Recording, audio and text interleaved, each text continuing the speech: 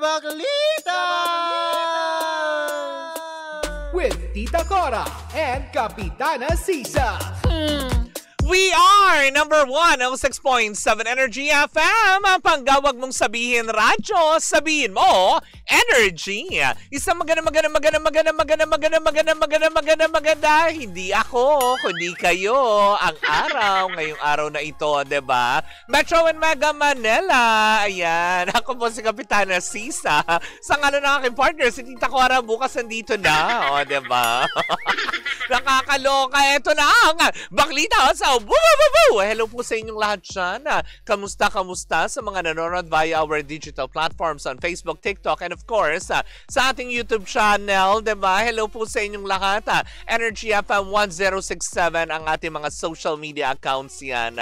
Official, kumbaga, SOCMED accounts ng Energy FM. Sana po naka-follow po kayo. Diba? Hello po sa inyong lahat. Diba? Talaga laging present si Russell Vargas. Nakakaloka. Diba? Uy, gusto ko lang din para idagdag kasi may nag-message sa atin, baka daw sabihin walang ginagawa yung iba. Yung kapatid network, of course, Kapuso network, Kapamilya network, at iba pa pong mga networks ay nagsasagawa na rin po ng mga relief drive operations para makatulong pa rin po sa ating mga pangga na nasalanta ng bagyo or naapektuhan ng bagyo, hindi ba? Ng bagyong Tino at ng bagyong Yuan. Sa lahat pa din po, mag-iingat po tayo dahil marami pong magte-take advantage for sure niyan na mga tulong-tulong, yung mga ganyan. Tapos ang ending, diba? Hi, Ate Baby Rodriguez, good morning sa'yo, diba? Ganda yung araw ko pag ganyan diba? Diba? Na nakakaloka. Kaya mag-iingat po tayo sa mga tulong na yung iba kasi magte-take advantage for sure gaya ng sinabi ko, diba? Lalo pat magpapasko. Sasabihin, relief drive na ganito, tulong sa ganyan, tulong sa ganon.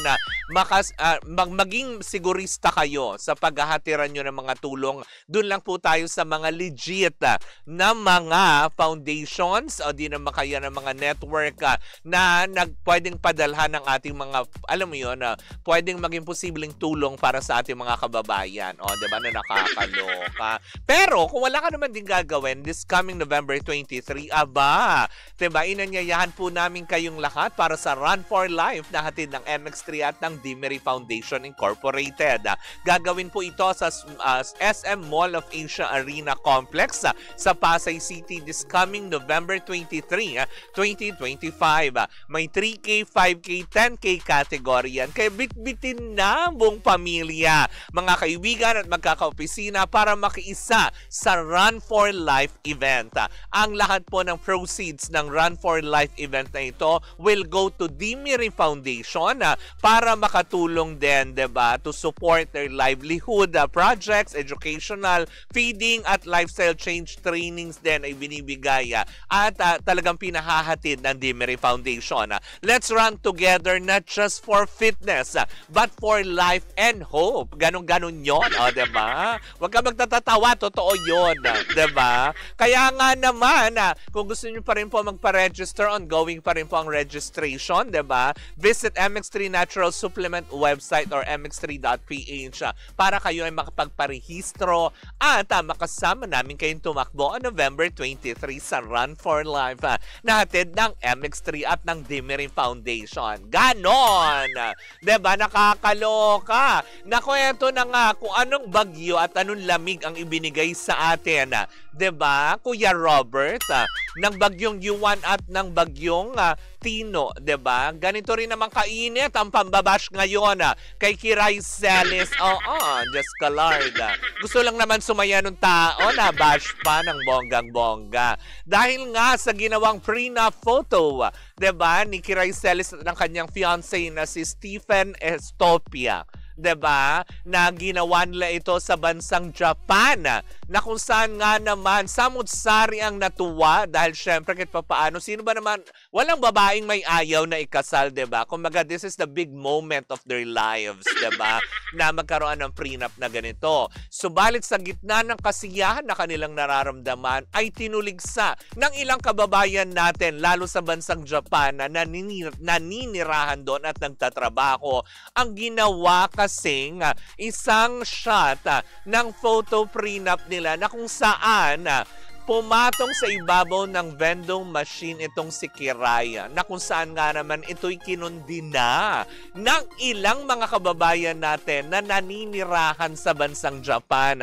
Sabi nga ng ilan, 'di ba, na parang ng mga kababayan natin daw doon sa sa bansang Japan, hirap na kaya daw naghihigpit ang bansang Japan sa ilang mga turista at sa ilang mga foreigners dahil nga sa mga ganitong klaseng akta, 'di ba? Na kung saan nga naman hindi ito kinatuwa ng ilan nating mga kababayan sa Japan na sabi nga nila kung sila nga ay hirap na hirap. Hindi naman hirap kung hindi sumusunod. 'Di ba? Iko-correct natin 'yan. Hindi sila nahihirapan kung hindi sumusunod sa rules and regulation ng bansang Japan dahil doon sila naninirahan. Sumusunod sila. Pero sa mga ganitong klaseng pagbisita lamang ay lalabag sa mga simpleng rules and regulations, 'di ba?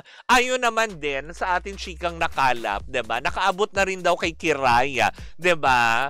Nakaabot na rin daw kay Kiray itong usapin na ito patungkol dito sa vending machine na yan. 'Di ba? Ipakita natin ulit doon sa issue na yan. Nakaabot na daw yata ito sa kaalaman ni Kiray at nag-respond siya nang hindi niya daw alam. Ay, naku, nakakaloka. Kaya lang kasi, 'di ba? Oo, marami nga naman tayong hindi talaga alam sa mundo. Totoo naman din 'yan, 'di ba? Baka naman sa kanila, taking the moment lang na sige, oo, total naman, mag-aangka lang naman, sige ganito. Baka creative shot lang 'yon. Kaya lang kasi talaga, siguro nga may regulasyon lalo yung sa pagsampa sa vending machine, pag upo-upo kung saan, siguro may mga ganyan, 'di ba? Kasi hindi lang naman sa ganyang bansa ang mahigpit eh. Ultimo nga 'di ba sa Singapore, sobrang higpit ng mga kumaga regulasyon nila, 'di ba?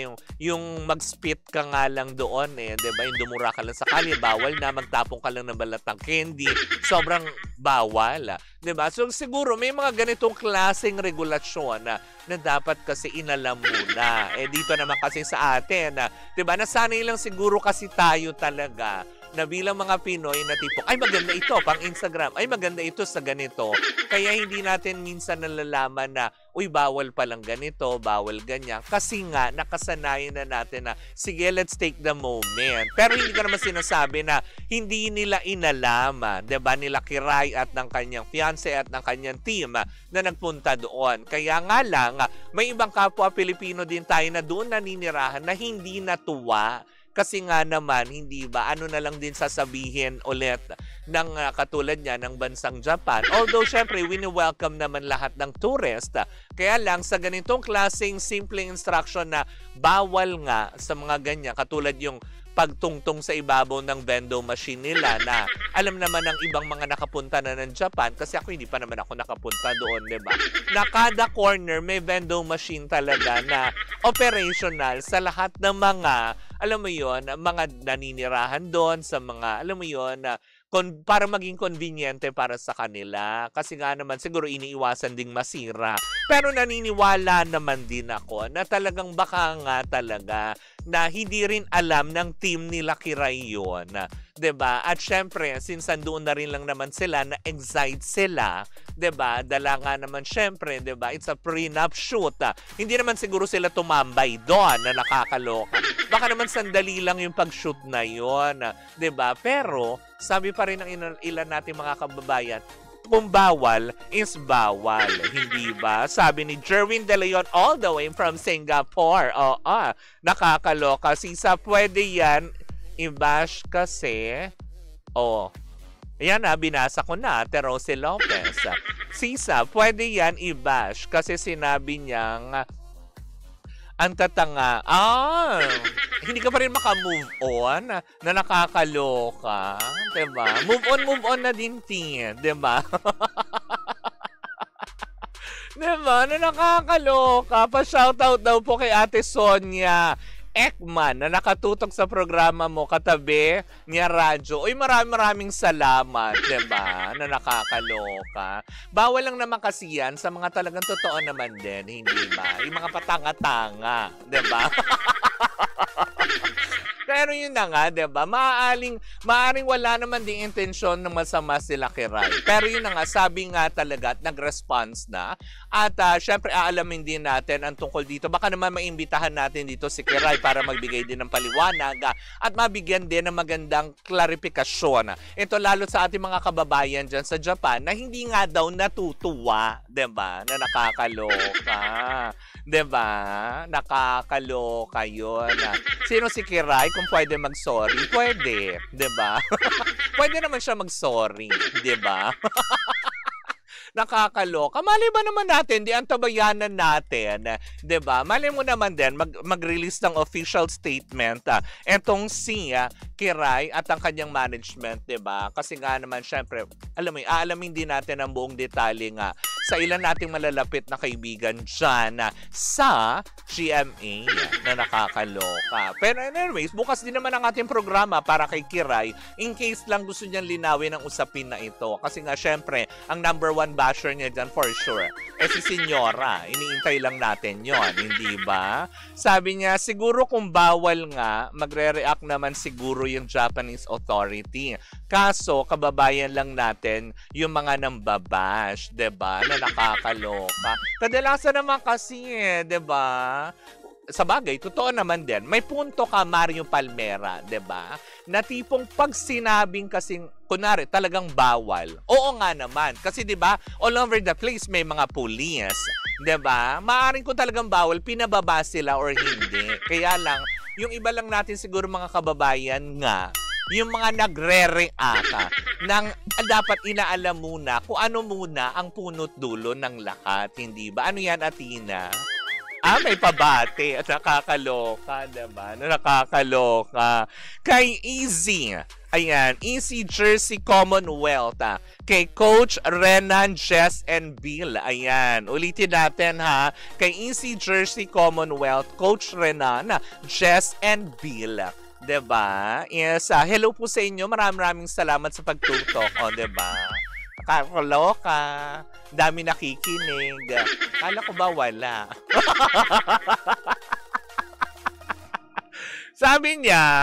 Sabi ni Kenji Reyes, mas nabash niya, sabi niya gano'n, mas nabash siya sa Pilipinas kaysa sa mismong Japan. Oo, diba?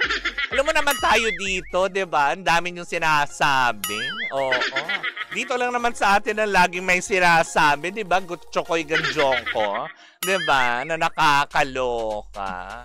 Anyways, diba? So, antabayanan lang po natin. Well, open naman po ang programa Baklita sa para kay Kiray Celis kung meron siyang gustong bigyan na ibigay na linaw. At kung ano man ang klarifikasyon tungkol dito sa nangyaring yan nga sinasabing paglabag daw ni Kiray. Dahil lang sa ano, gusto lang naman yan sumaya. Grabe naman na ito, diba? Mga tao talaga never talaga magiging masaya sa kahit anong gawin mo, hindi ba? Lahat may pagpuna, diba? Ang pa-perfect! Gano'n.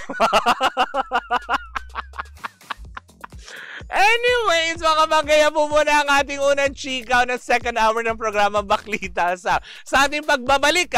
May panibagong klarifikasyon na naman sa issue nga pagtanggal di umano kay Shuve Etrata sa pelikulang ayan, Call Me Mother. Bibigyan natin klaro yan sa pagbabalik ng Baklita sa sa ngalan ng aking partner si Tita Cora. Ako pa rin po si Kapitana Sisa at tuloy-tuloy pa rin po ang ating tugtugan. Syempre dito po lamang yan sa number 1 ng 6.7 Energy FM. Panggawag mong sabihin radyo, sabihin mo energy.